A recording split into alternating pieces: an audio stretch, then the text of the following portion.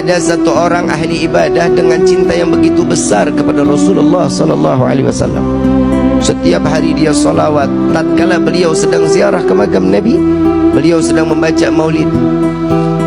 Ada salah satu orang di belakangnya mendengar, begitu selesai diajak makan di rumahnya. Tuan, saya undang makan di rumah saya, boleh? Boleh. Alhamdulillah, dibawalah sampai ke rumah. Begitu sampai di rumah, ternyata bukan dikasih makan, tangan diikat, lidahnya dipotong. Kenapa? Saking bencinya karena orang tersebut terlalu menyanjung dan mengagungkan Nabi Muhammad SAW. Aku tidak suka tatkala engkau terlalu mengagungkan dan memuliakan Muhammad, karena Nabi Muhammad adalah bukan seorang Tuhan yang wajib kita muliakan dan kita agungkan. Dipotong lidahnya.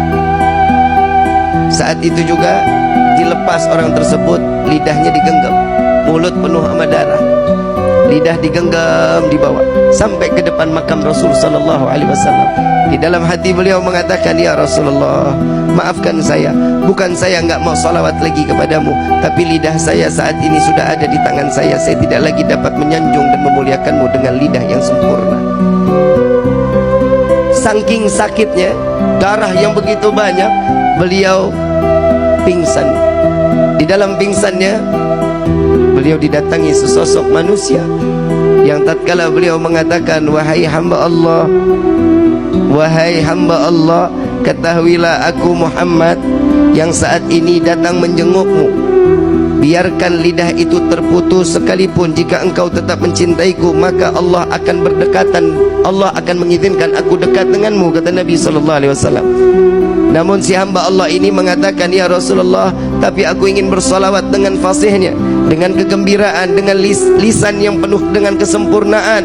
Maka lidah tersebut diambil oleh Rasul SAW, dimasukkan ke dalam mulut. Di dalam mimpinya, tatkala terbangun dari tidurnya, lidahnya udah nyambung lagi.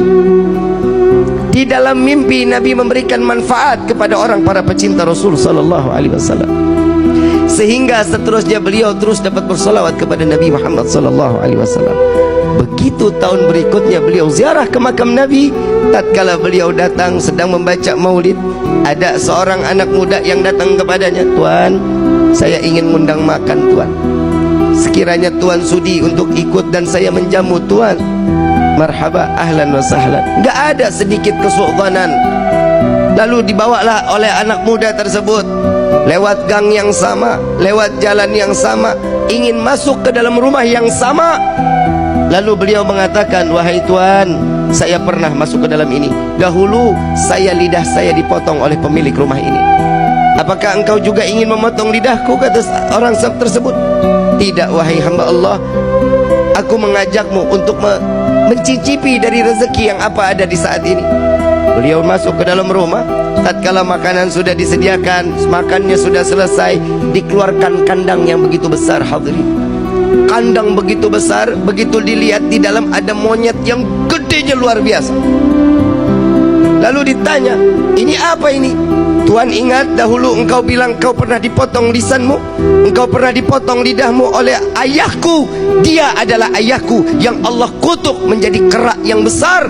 Maka wahai Tuan, maafkan ayahku, biarkan dia kembali dalam keadaan wujud yang sempurna. Maka hamba Allah ini mengangkat kedua belah tangan, ya Allah, aku maafkan orang tersebut yang telah membenciku dan membenci Nabi Muhammad SAW.